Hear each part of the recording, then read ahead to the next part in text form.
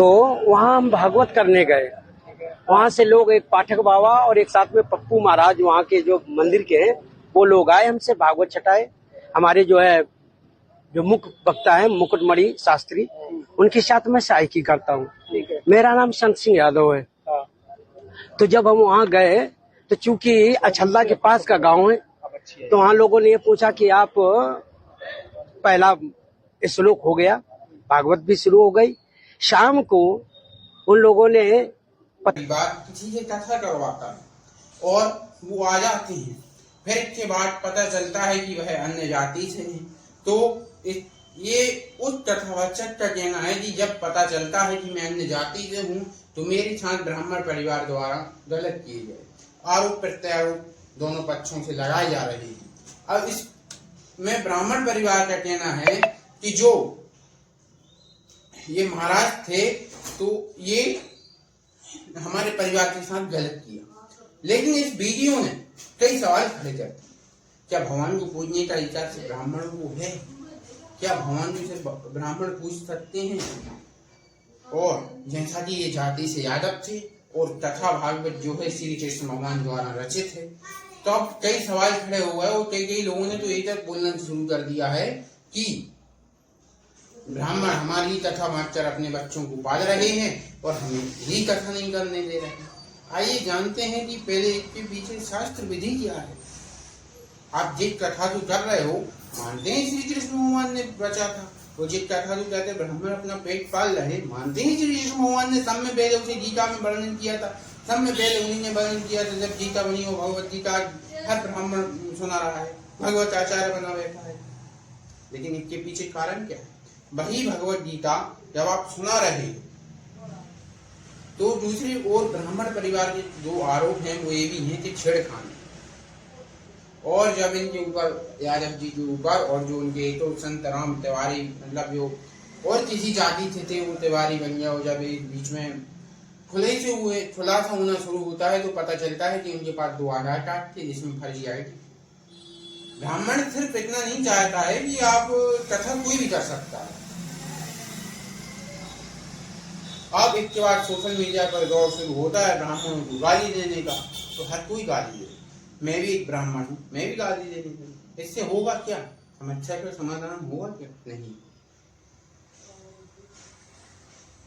इस समस्या का एक ही समाधान, इसे मानवता के तराजू में तोला जाए, और मानवता का तराजू कहता है कि जो गलत है वह गलत है और जो सही है वह सही है। और एक घटना से मैं भी दुखी हूँ, अगर यही घटनाएं देश में होती रहती हैं तो सनातन धर्म एक दिन खत्म हो जाएगा। अब बात कोई भी हो, जब ब्राह्मणों की बात आती है तो अंधविश्वास और पाखंडवाद से जोड़ दिया जाता है। तो मैं बता दूं आपको, चारों धर्मों में जो बौद्ध धर्म है आपका, हिंदू धर्म है आपका, ईसाई धर्म है आपका, मुस्लिम धर्म है आपका, इन 4 धर्मों में ऐसे तो देखा जाए तो सही में पाखंडवाद वर्तमान है। कहाँ के एक मुर्दे को चादर चढ़ाने से वो हो जाता है कि मुर्दा जिंदा हो जाएगा? पीली चादर चढ़ाने से मुर्दा जिंदा हुआ? नहीं हुआ। ईसाई धर्म में बताया गया है कि जब उनके प्रभु ने पानी छुआ तो वाइन बन गई। क्या एक सामान्य इंसान पानी को वाइन बना सकता है? नहीं बना सकता।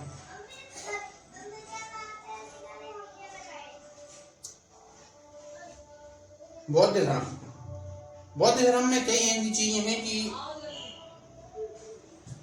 जो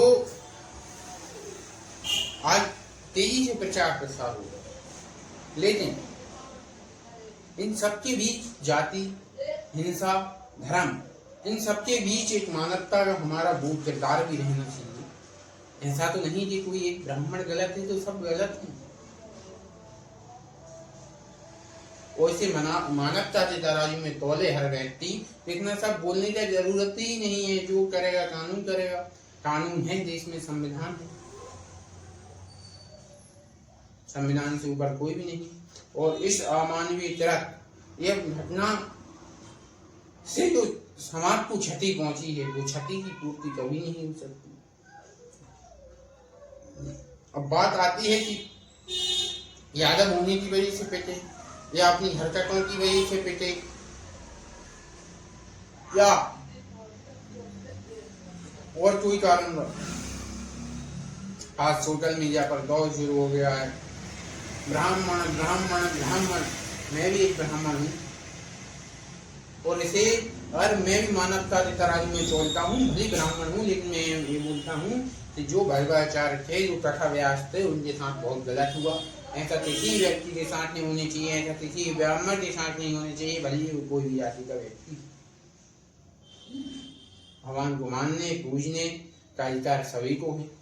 भगवान जी की एक जाति विशेष की नहीं है, लेकिन बात आती है कि पूजने की विधि हर धर्म में के लिए एक व्यक्ति है।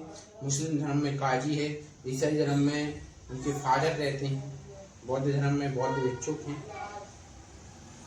और हिंदू धर्म में ब्राह्मण।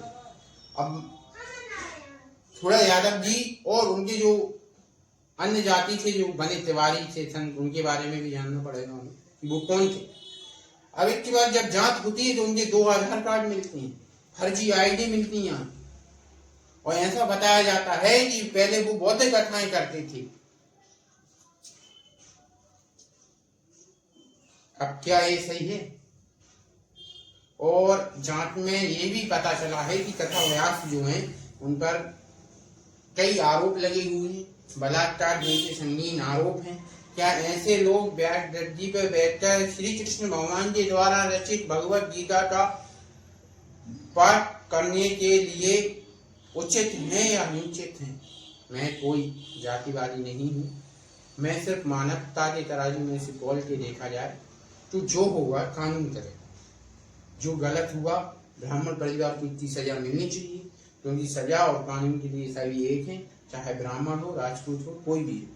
लेकिन इससे हमारे जो आपसी संबंध है वो खराब नहीं होने चाहिए। क्योंकि एक ब्राह्मण के गलत होने की बजाय अगर आप एक तरफ जय यादव और जय माधव बोलते हो तो आपको ये भी मानना पड़ेगा कि आपके माधव ने ही सुदामा के पैर धोए थे